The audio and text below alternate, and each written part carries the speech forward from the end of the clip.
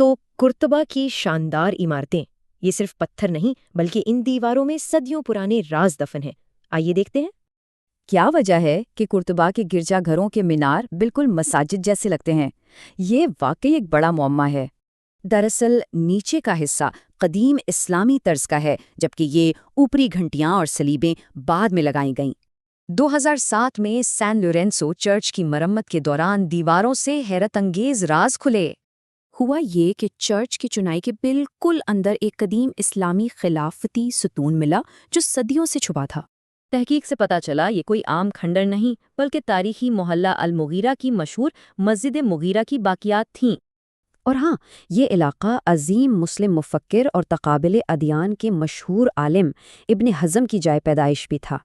خیر، 1200 عیسوی کے بعد عیسائی فتوحات نے قرطبہ کا نقشہ اور ثقافتی پہچان بالکل بدل کر رکھ دی۔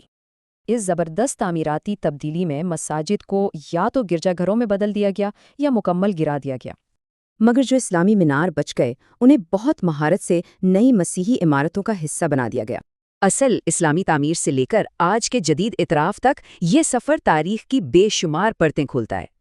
پچھلے 15-20 سالوں میں ہسپانوی حکومت نے اس پوشیدہ اسلامی تاریخ کو باقاعدہ تسلیم کرنا شروع کر دیا ہے۔